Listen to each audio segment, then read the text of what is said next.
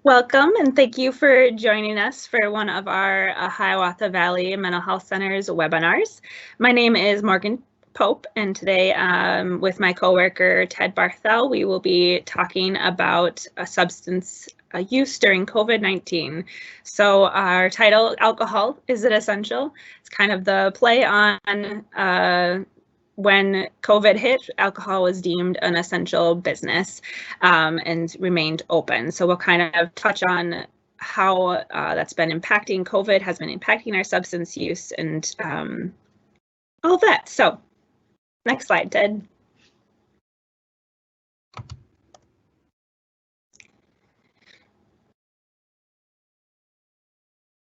Did it, technical difficulties, did it change? I can't see it if it changed or not. Oh, there we go. Okay. Oh, one too many. So I'll just talk about it anyway. So we have a little disclaimer. There we go. During the presentation, we will be accepting questions. You can fill those out throughout the entire presentation in the Q&A features and Teams. However, we'll be answering them at the very end. We also want you guys to enjoy this webinar and feel safe and healthy. So if you are experiencing any discomfort during the presentation, please reach out to our crisis team. The number is on screen there, 1-844-CRISIS-2, which is also 1-844-274-7472.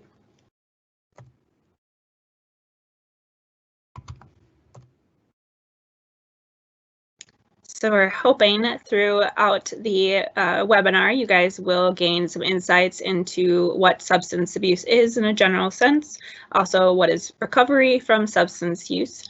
And then Ted will go into talking more about the impact of COVID-19 on substance abuse and recovery, and then a brief summary on what exactly our assessment process and treatment process looks like at Hiawatha Valley.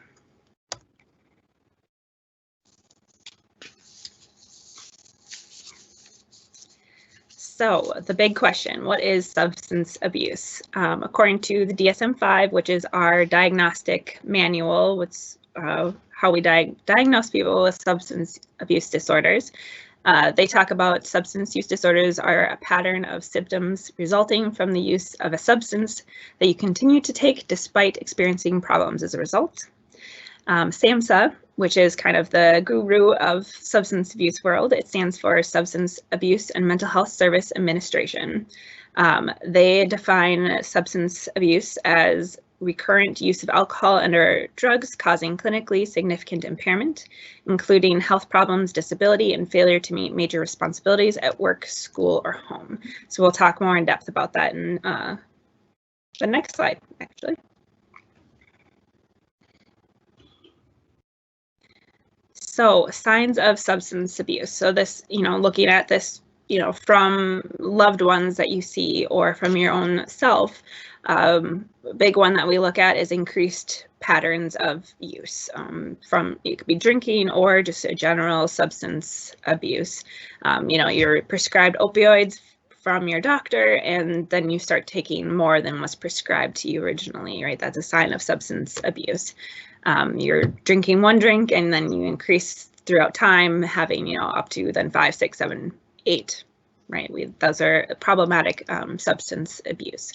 There's also when someone's experiencing withdrawal symptoms. If you look at alcohol, hangover is withdrawal symptoms. And so that's one of the things that we look at when diagnosing someone with substance abuse. Same with blacking out. If you don't remember certain parts of your day, your night, because of being intoxicated. And then also using despite negative consequences. So that kind of goes into the definition of substance abuse. So impairments in the home, or in your life in general, right? That's just using, even though there are negative consequences, these impairments in your life. So if you're looking at the job, you could lose your job. There could be late to work over and over again, calling in sick because you're too hungover.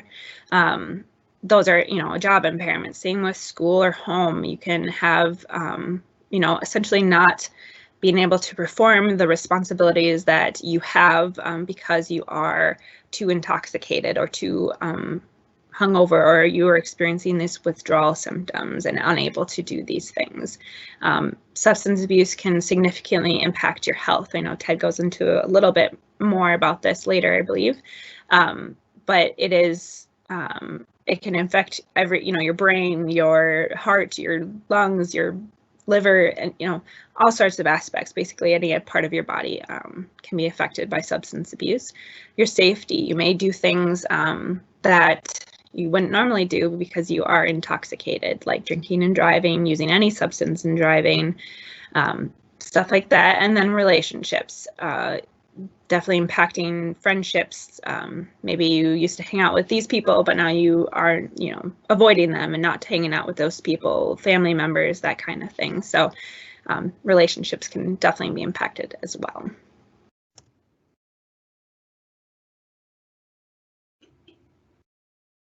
So then the next kind of tying into those relationships, we get this question a lot of how do I talk to someone about their substance use? So not only, do we have people that are using the substance, they also impact their loved ones, and those loved ones want them to get better.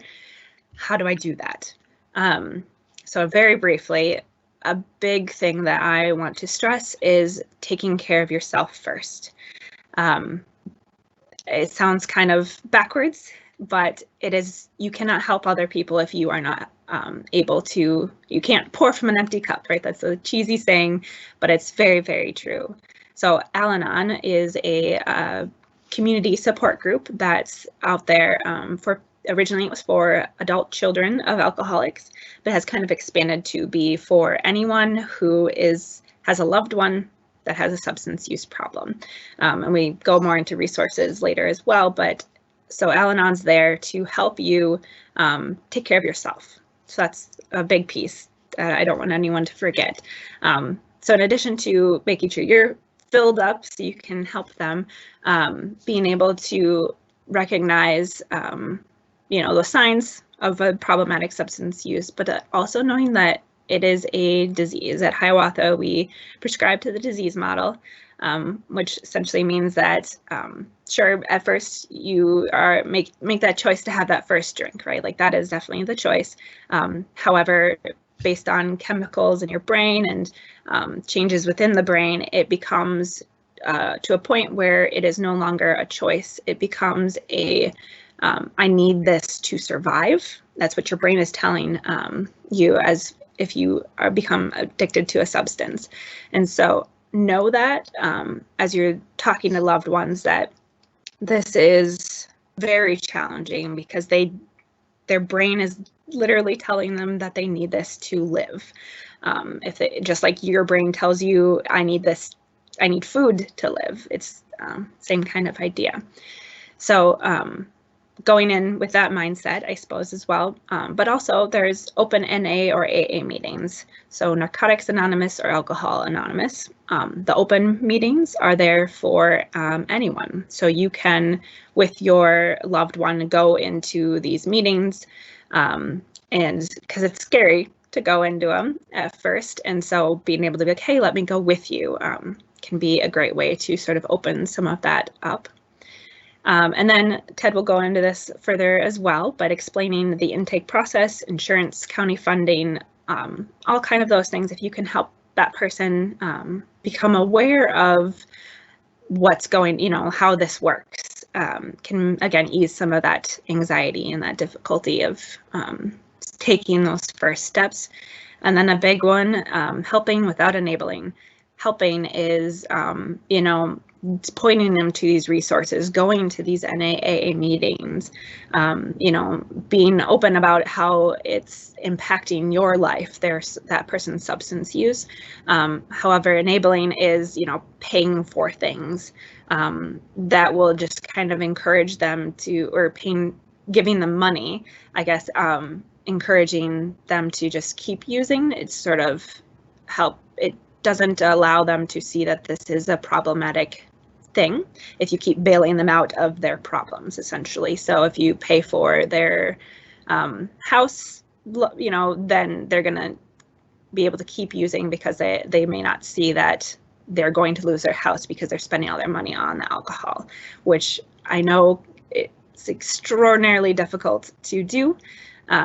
But that's kind of the big difference between the helping versus enabling and allowing them to keep their use. So the next slide kind of will go into that of how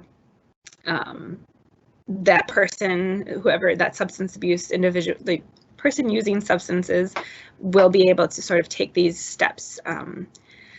So this is something we use a lot in our substance abuse program, Stages of Change. And so it's essentially, how do you work through change? So pre-contemplation is the first stage. So that looks at someone who is currently using substances problematically, and they don't see anything wrong with it. They don't see the impacts that it has on their life, on others' lives, so they keep using. The contemplation stage is they may, you know, something happened, right? Maybe you didn't enable them and they did lose their house, or they, you know, like got, you know, in trouble in jail or something like that. There's usually something that sort of jars that individual into seeing that maybe their use is not helping them. However, they continue to use. They're not ready to make that change. Preparation stage, still using, most likely, maybe changed a little bit, but preparation stage is making the preparation to change. So making that plan, identifying what that plan could be. So that's, you know, reaching out maybe to figure out what exactly would treatment look like for them if they decided to go and do this, but maybe not actually taking those steps to do it. That's where the action stage comes in, and that is where individuals participate in treatment. They take these steps to, they take action, essentially, to do all these things that will help their recovery. Working your program is what we kind of say. And then maintenance is maintaining that program that you have found that works for you, which is always a process, always tweaking it, always, it's a never-ending thing. But it is potentially easier at this stage than it was in the beginning. So we have a story, a little poem that we like to use, and that kind of explains these stages of change in a nice, different way. So chapter 1 connects with the pre-contemplation stage. So I walk down the street. There is a deep hole in the sidewalk. I fall in. I am lost. I am helpless. It isn't my fault. It takes forever to find a way out. Chapter 2, I walk down the street. There is a deep hole in the sidewalk. I pretend that I don't see it. I fall in again. I can't believe I am in the same place, but it isn't my fault. It still takes a long time to get out. So that's the contemplation stage. Chapter 3, preparation, the starting to plan. I walk down the same street. There is a deep hole in the sidewalk. I see it is there. I still fall in. It's a habit. But my eyes are open. I know where I am. It is my fault. I get out immediately. Chapter 4 is the action stage. I walk down the same street. There is a deep hole in the sidewalk. I walk around it.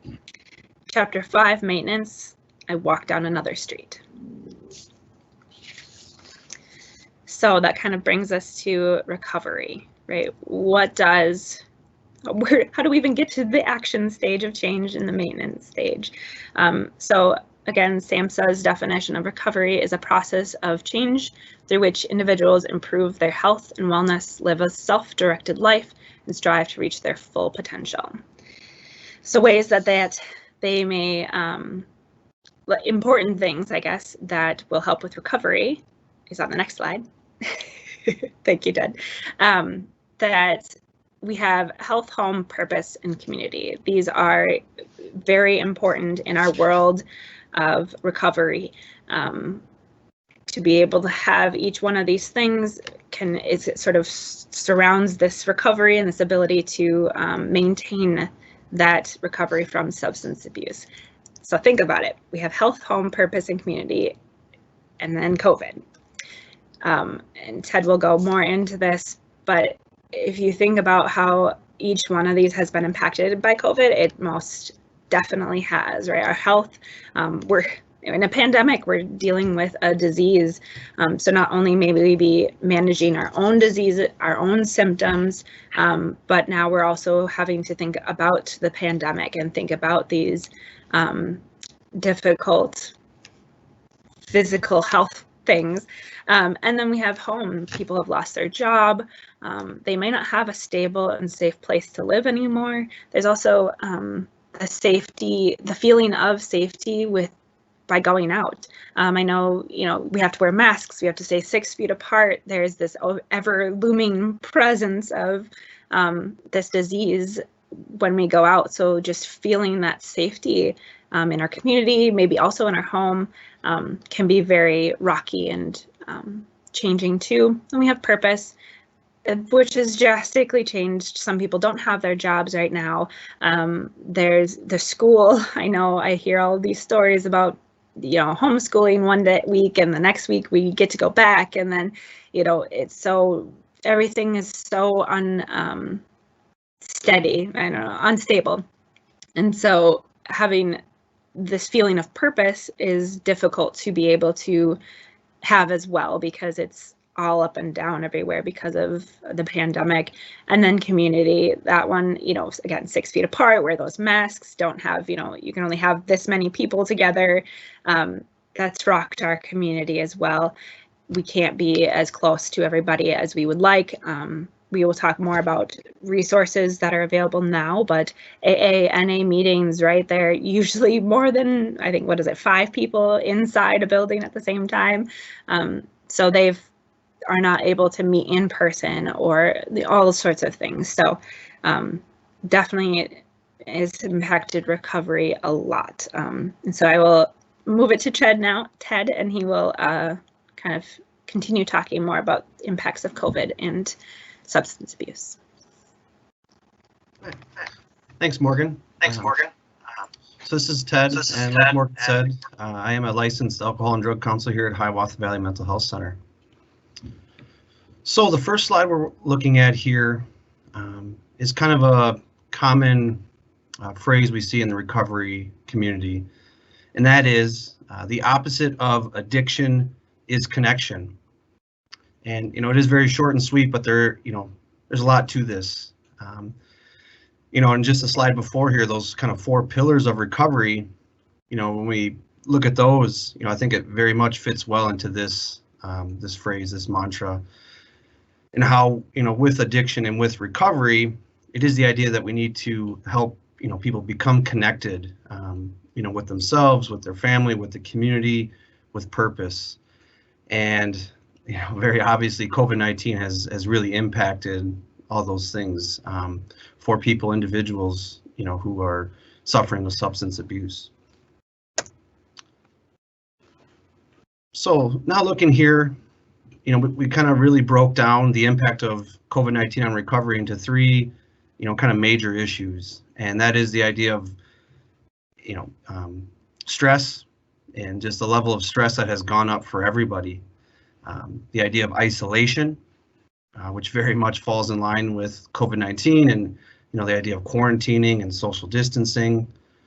Then the idea of fear, and how unfortunately with COVID-19 there's come a lot of fear, with our well-being, with our families, with our communities, the country, as a worldwide, illness. And when we look at stress, isolation, and fear, I think everyone that's probably listening today can relate with these issues and how COVID-19 has really impacted everybody.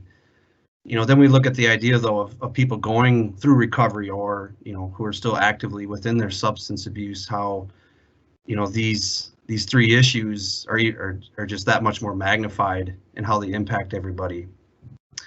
So throughout the upcoming slides here, the idea of stress, isolation, and fear will very much, be very connected with the issues that we see, and also with how we're trying to help people and how we're trying to combat, these issues of, the increased stress, isolation, and fear caused by COVID-19. So some other points here on how COVID-19 has directly impacted recovery for individuals, and or substance abuse with individuals.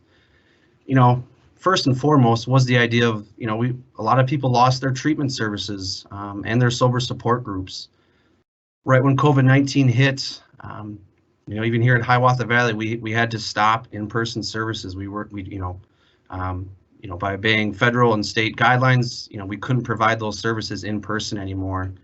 And the same with sober support groups, right? We weren't able to have gatherings of individuals for meetings, which again goes back to the idea of community and purpose, and how, when clients are able to find a community that they're able to connect with, and individuals that share, the struggles and interest and common goals, that's a great thing. And that was really taken away there for a period of time because of, COVID-19 and the health issues that come with that. Fortunately, those things are starting to come back in the community and in treatment centers, and we'll touch on more of that here coming up. But definitely initially that was a huge issue that we had. Then we look at the idea of increase in symptoms for clients who have co-occurring disorders. And co-occurring disorders, real quickly, is the idea of someone that has a diagnosis of a substance use disorder, whether it's alcohol use, cannabis use, amphetamine use, opioid use. Then they also have a mental health diagnosis of, examples could be anxiety, depression, bipolar, schizophrenia. So when we have a client that has both, or a person that has both of those disorders, those things aren't separated. They're very much co-occurring. They're very interconnected. So again, when we look back at stress, isolation, and fear, those are really going to be big risk factors, big red flags for anyone that has co-occurring disorders, with the idea of it, increasing someone's anxiety, increasing someone's depression, and then along with that comes the increase in substance use. So just the combination of those things together is definitely going to be a huge impact on someone who is trying to work a recovery program. And then again, Morgan has touched on this, the idea of loss of routine and sober activities. Again, having structure is really important for all of us, especially in recovery, though. We really emphasize the point of finding a routine in your day, having structure in your day, having things that have meaning to you, sober activities that you can go out and do, either with yourself or, with others, pre-COVID. And again, right, a lot of those were just completely taken away. And with that becomes a big chunk of this free time, unstructured time for individuals. And again, that's going to be a huge risk factor for relapse and just for the idea of increased substance use. So really just a loss of structure and meaningful activities, which again goes back to those 4 kind of main points of recovery, directly related to that. Then looking at COVID-19, again, on substance abuse, kind of touched on these, but again, with the increased stress, typically comes increased substance use. I think stress is something that everyone deals with, and I don't think anyone really likes feeling stressed out. So substance abuse becomes the coping skill to try and alleviate that stress, get rid of that stress, cope with the stress. And as we'll get into, and unfortunately what happens though is that the substance use is just a temporary fix. It's not really solving any issues. It's not a healthy coping skill. And with that we see increased patterns, tolerance, withdrawals, and all those other issues that Morgan touched on earlier with substance abuse. Again, change and lack of routine, people that were working, people that had after work activities or that had activities with their children, all that changed, all that, went away in a sense. And again, with that extra free time becomes the idea of, oh, I got time to use substances. And that's just going to increase over time with, the lack of structure that we've all had in our day-to-day lives. Another issue we've looked at is the idea of, with being quarantined, with being told to social distance, we're all at home a lot more. And in some ways that can be a great thing, but in other ways that can be an issue as well. Unfortunately, trauma and substance abuse are very much related, and if someone is living in a home where there has been trauma or is continuing trauma of, abuse, neglect, toxic relationships, or just unsafe, by being in that environment more, again, those risk factors are just more and more consistent, which again is going to lead probably to more substance abuse and issues in the home. So unfortunately, that can become a risk factor for certain people that live in homes like that. So now we look at the idea of there's increased health issues that come with substance abuse and COVID-19. Obviously COVID-19, with it impacting people and their respiratory system and cardiovascular system. We talk about at-risk individuals with underlying health issues. Well, substance abuse is definitely an underlying health issue. And with increased substance abuse is going to come increased health issues if there's not already been the issues there.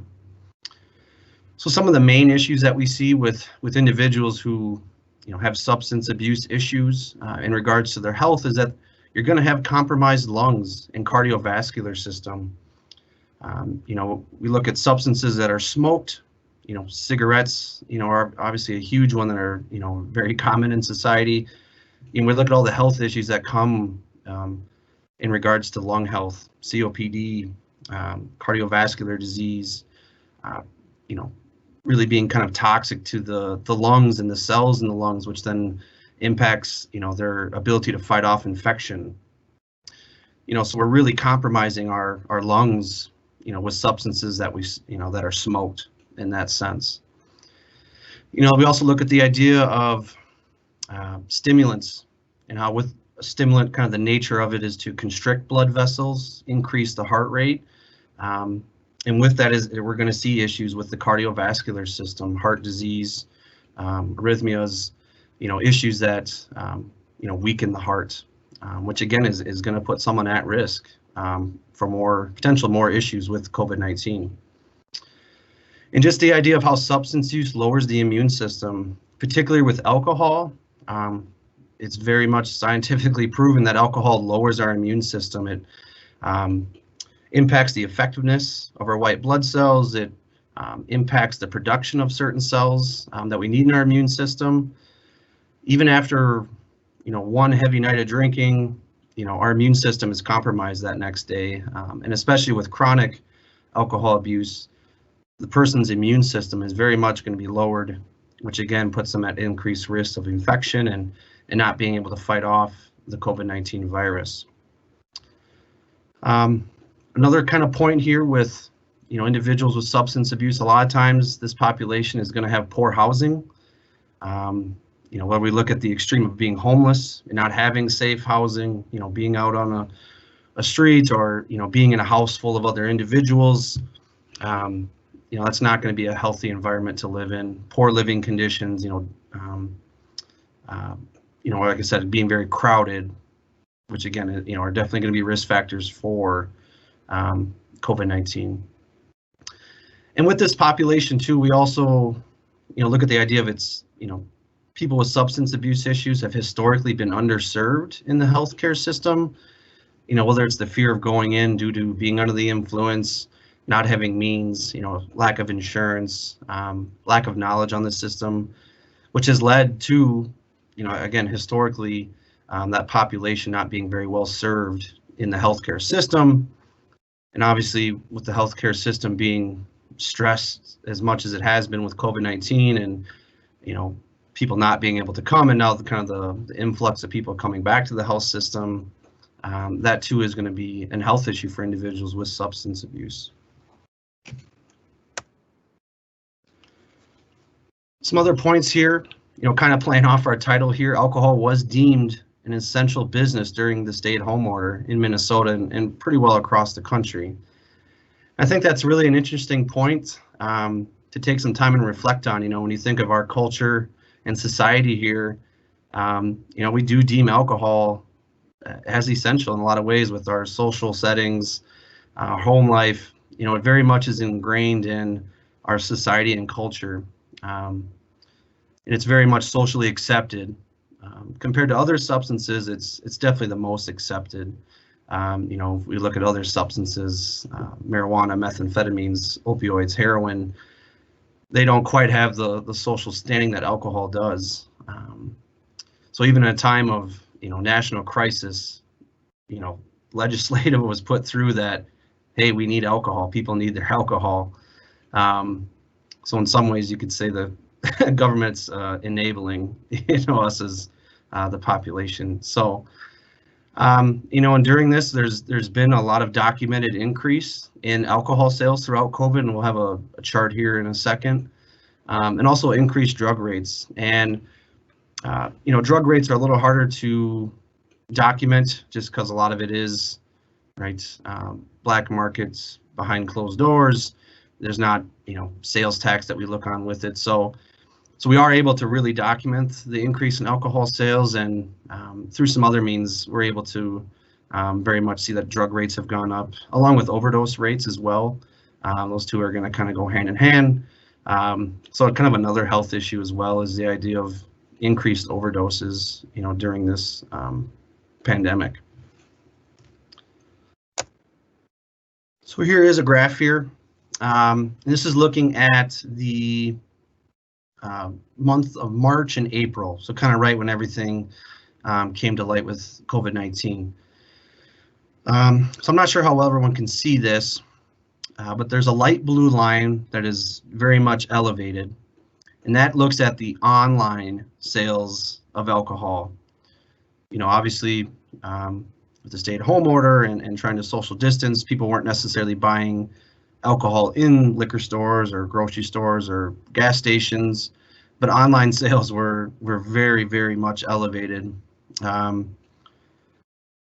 comparing this to last year of March, beginning of March, there was a 13% increase in online sales, and by the beginning of April, that was up 449%.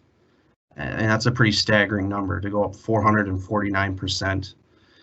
But also in-store sales were up, though, slightly too, 20 to 50% at the most. So, you look at both those numbers, that's obviously a huge, huge increase in alcohol sales during the course of COVID.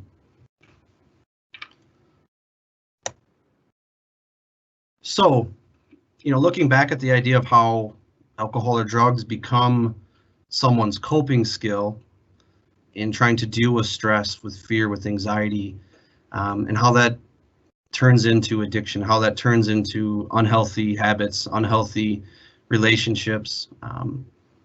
Then we look at the idea of, okay, well, how do we cope with it? The stress is going to be there. COVID-19 is here, and very much is going to be around. So we need to turn the idea to, okay, how do we handle the stress? How do we handle the isolation, the fear that comes with it?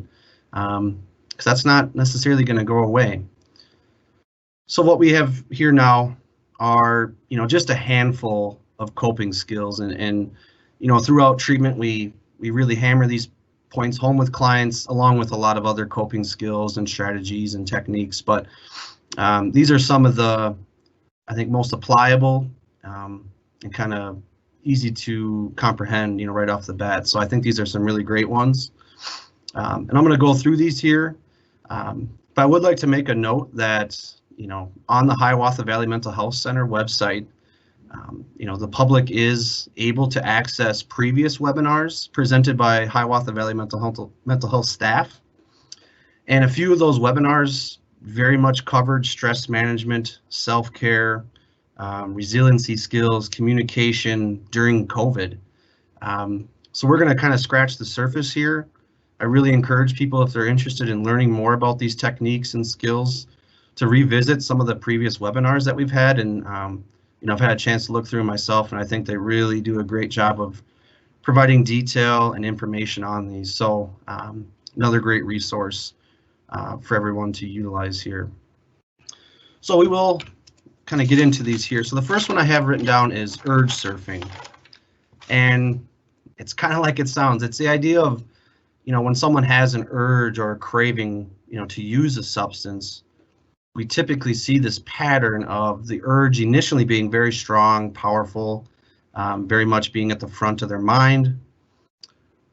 But what this skill kind of teaches and talks about is the idea of if we're able to ride out, accept the craving, ride it out, not fight it, not panic with it. It's kind of like a wave in the ocean, and that the wave starts, very large and tall and it's overwhelming, but as it comes closer to shore, it levels out and gently kind of finishes up on the beach. So urges and cravings are kind of that same idea of they don't last forever. They can last from seconds to minutes, sometimes longer, depending on how intense it is. But by surfing the urge out and kind of using that imagery, that can be a good way to kind of cope with an urge or a craving in that moment. The next one we have here is HALT. So kind of like the command to stop, HALT. And what HALT stands for is the idea of, if we sense a craving or an urge, or we're just not feeling quite right with ourselves, we need to stop ourselves. We need to halt and look to see if we're H, hungry, A, angry, L, lonely, or T, tired. And typically speaking, if we can identify of, am I hungry, am I angry, am I lonely, or am I tired, a lot of times that's going to be the root of where that craving is coming from. And by handling that, by maybe getting a meal, using some coping skills to, diminish the anger, reaching out to someone, for the loneliness, or getting some sleep, taking a break to, feel less tired, a lot of times that's really going to improve mood and help us cope with cravings or urges. The next idea is self-care, and this really is a large idea. And like I said, there is a webinar that really goes into depth on this, which I think is great. For this purpose, self-care is really just the deliberate action to take care of our mental, physical, and emotional health. And there's a lot of things that kind of fall under that umbrella, but some of the basics we're looking at are, getting sleep, eating 3 square meals, decent food, hygiene, taking time to relax, setting boundaries at work, taking time to spend with loved ones, doing activities with other people, doing activities that we enjoy, hobbies, exercise, things like that, and like I said, the list goes on and on really with self-care, and those are some of the basics. But I think Morgan made a great point before, when we look at, family members of those struggling with substance abuse, by taking good self-care, one, we're going to feel better ourselves mentally, physically, emotionally, but 2, we're going to be able to help others then more. Like Morgan said earlier, self-care is a way of filling up our glass so that way we can then pour it into other people if needed or when needed. So self-care is huge for ourselves and again, for really anybody. Next, we look at the idea of some breathing techniques. Breathing is really a great strategy in the sense of we're always breathing. We always have our breath with us, and we can really tap into that anywhere, anytime. We're always doing it. So that's why it's really such a great technique. And again, if you were to look online or these other webinars, there's hundreds of techniques. Some real simple ones I like is just the idea of focusing on our breath, feeling it come into your lungs and your diaphragm and out, feeling it come in your nostrils and coming out, feeling our stomachs going in and out with it, feeling our shoulders drop. So being very just mindful and in the moment with it. Another technique that I really like is the 4x4 method. And again, very simple. So it's the idea of, letting our air out, breathing in for 4 seconds, holding that for 4 seconds, letting it out for 4 seconds, and keeping it out for another 4 seconds, and then repeating that at least 4 times. But obviously you can do more than that.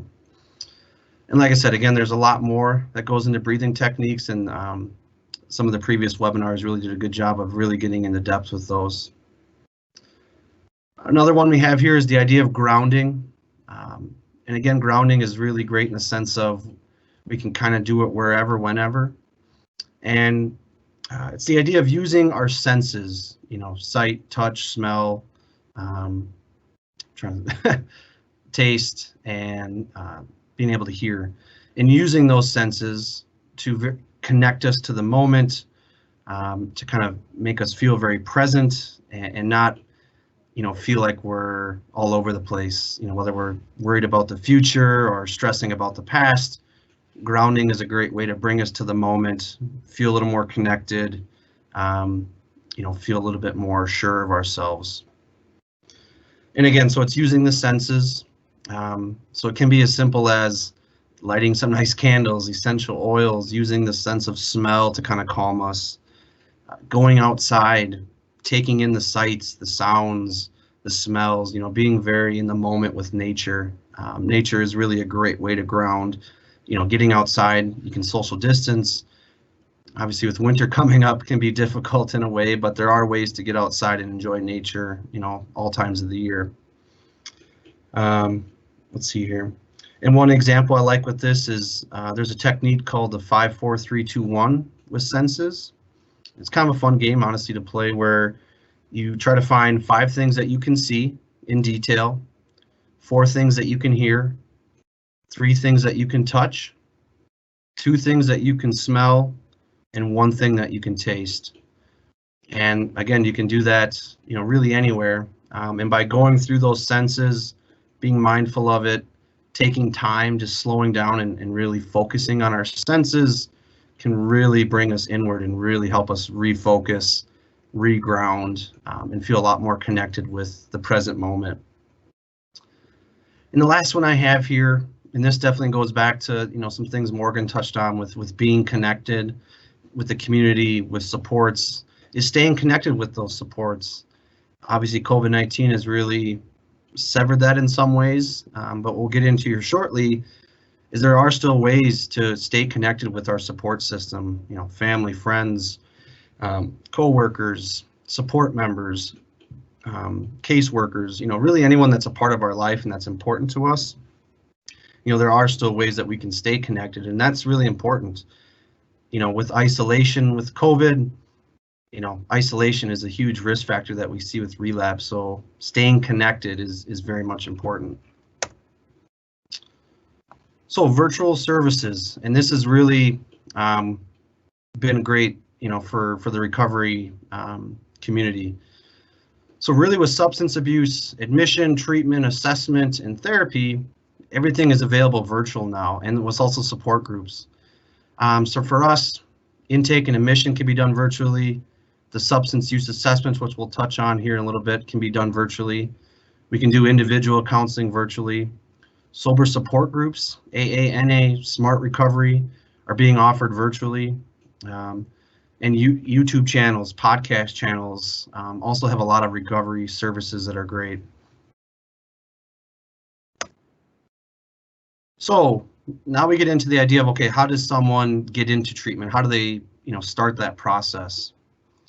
So number one is calling our intake line, of our facility or any facility, to state, your intention of, wanting to look into substance abuse treatment. So intake would be notified. They would answer, some history forms, some different forms with the client, check insurance to see if that would cover it. If not, they can make referrals for other funding sources. Once that's completed, they then schedule an appointment with a provider like me or Morgan or some of our other staff. And at Hiawatha Valley, we're, having the staff that we have, we're able to get people in very quickly. There's no long waiting lines, so it is great that we're able to provide that to clients in the community. The assessment is completed. We'll touch on more on that here in a second. Recommendations are then made by the provider on what level of treatment or care is needed for the client. That assessment is then sent off to a proper referral source. That treatment facility then completes their intake process to determine if the client is appropriate, and there can be certain criteria or red flags that they sometimes flag on clients, but for the most part, we're able to get clients in pretty much anywhere. And then that treatment facility would contact the client to confirm a start date and arrange transportation if needed. And that's going to be more with the inpatient level of treatment, where someone needs to get a ride to the facility that's not maybe in their direct community. So with substance use assessments, there are a few funding sources for clients available or for individuals available. Number one's insurances. Here at Hiawatha Valley, the best way would be check with intake, but on our website they do cover, we do cover most Minnesota insurances, which is really great. If a client doesn't have insurance, if they maybe have MA or something like that that doesn't cover substance abuse treatment, we then look at through the county and CCDTF funding, which is a federal waiver that provides funding to clients who otherwise wouldn't be able to access treatment services. And that's typically based off income, and that's something that clients would go to the county, Winona County or whatever county they're residing in, to see if they're eligible for that funding. If so, that funding then takes them throughout the treatment process. We also look at self-pay. Clients can choose to pay out of pocket for treatment services if that is the option they deem best for them. So the assessment consists of a series of questions covering 6 different dimensions of the individual: substance use history, medical history, mental health history, motivation, relapse potential, and their recovery environment are kind of the broad areas there. Based off the information we receive and clinical judgment that we then deem, risk ratings are given to the client based off their assessment. And based off those risk ratings, we then make recommendations for treatment. Kind of a great stat here. Since COVID-19's impact, Hiawatha Valley Mental Health Center has provided over 350 plus hours of substance abuse treatment via telemedicine since March 2020. That number is only growing. We're continuing to do that service, and there's obviously pros and cons to the idea of telemedicine, but it really has been a great tool for us during this time, and we've really gotten a lot of positive feedback from clients, which is really great to see and hear. And some other community resources, again, what we've touched on: AA meetings, NA meetings, Al-Anon, Smart Recovery, the SAMHSA website, which has a lot of great information, and NIDA, which also has a lot of great information, and then we have those listed at the end of the PowerPoint as well. So we are at the end of our webinar here, and I'll give it back to Morgan to kind of wrap this up. Thanks.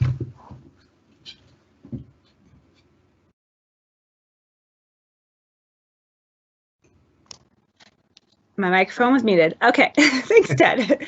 All right, so I just I hope you guys have learned at least a little bit about substance abuse recovery and COVID-19. I just kind of want to stress again that, like Ted said, the stress, isolation, and fear, which are known problematic areas for substance abuse pre-COVID. You add in COVID-19 on top of all of this, and it just makes it even more impactful. We've seen an increase in substance use during COVID-19, but that there are ways that we can help ourselves coping.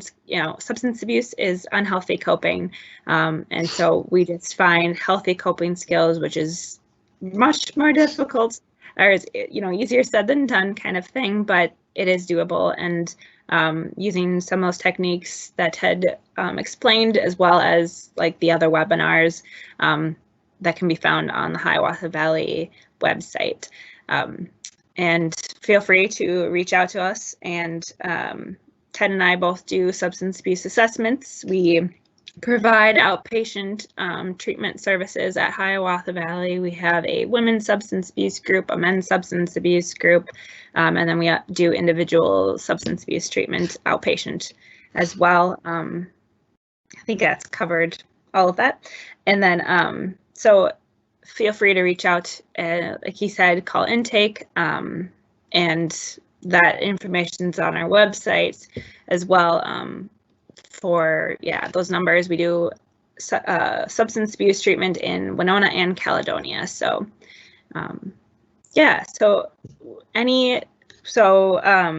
you could also access this webinar along with other the other webinars that Ted was talking about at Hiawatha Valley. So hvmhc.org, and then it'll be on our Hiawatha Valley Facebook page as well. I think that's everything. I think I covered it all. So if you guys have, I see there are a couple of questions here. So types of substance abuse services, Hiawatha vet covered. I think I answered that one. So in outpatient, individual, and group, as well as substance abuse assessments, where we do make those referrals out to higher level care if needed. And then, so I have a friend that has been drinking heavily lately. How can I convince him to get help? So that kind of goes back to some of that earlier slide of, hey, I have this loved one and what can I do? Again, I just want to emphasize, please take care of yourself too. But a lot of information giving, pointing them to this webinar potentially could be very helpful. Just allowing that person space to see that what's going on is actually detrimental to their life. That is about as much as you can do. We cannot force the person to make those changes. They have to be willing and wanting to do it themselves, which is a very hard thing to accept and swallow, but that is a big one. That, yeah, just information giving is, I would say, the first step that can help bring awareness.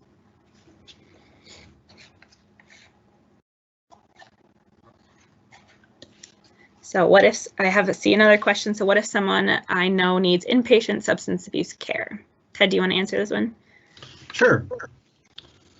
So, like Morgan talked about, we are an outpatient facility, so we do not provide inpatient care. But what we can do is we would need to have an assessment completed, and the inpatient facility is going to require that a substance use assessment be completed.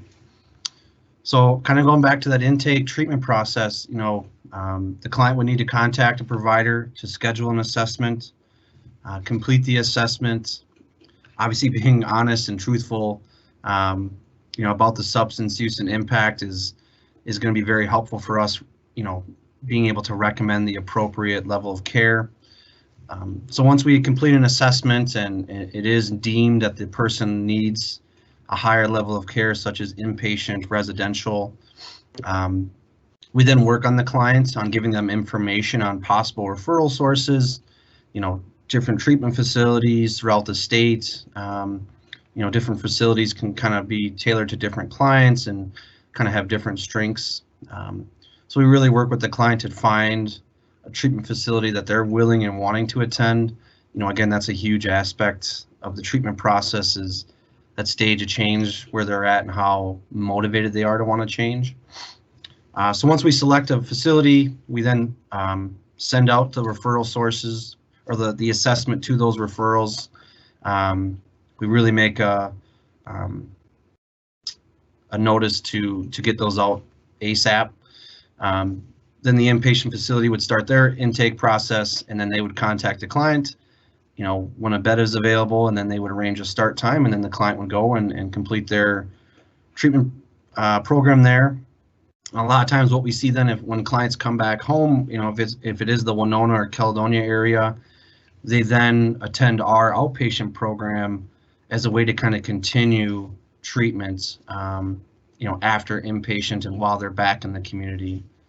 So that would be kind of the process to get someone into an inpatient treatment facility.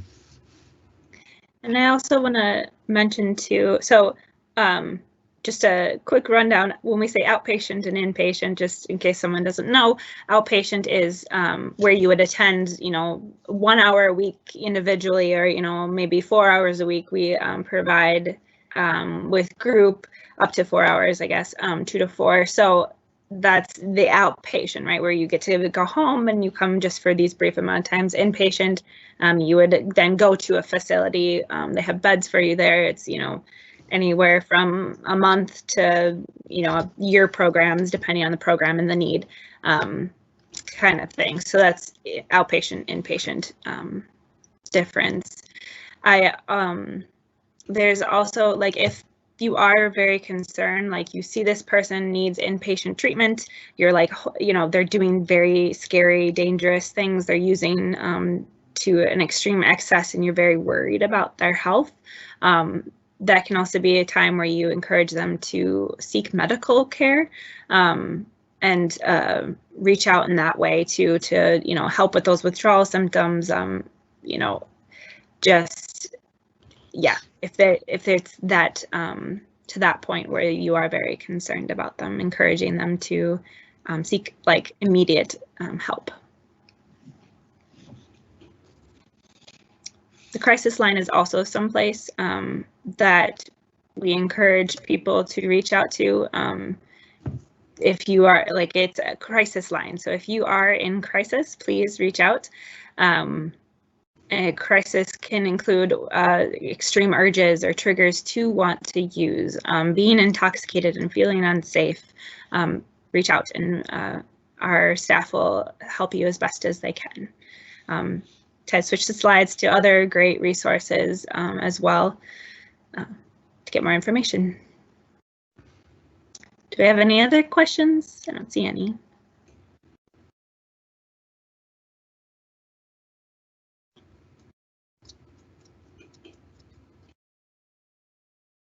All right, so please feel free to reach out to Hiawatha Valley to get more information, to seek treatment, all those good things.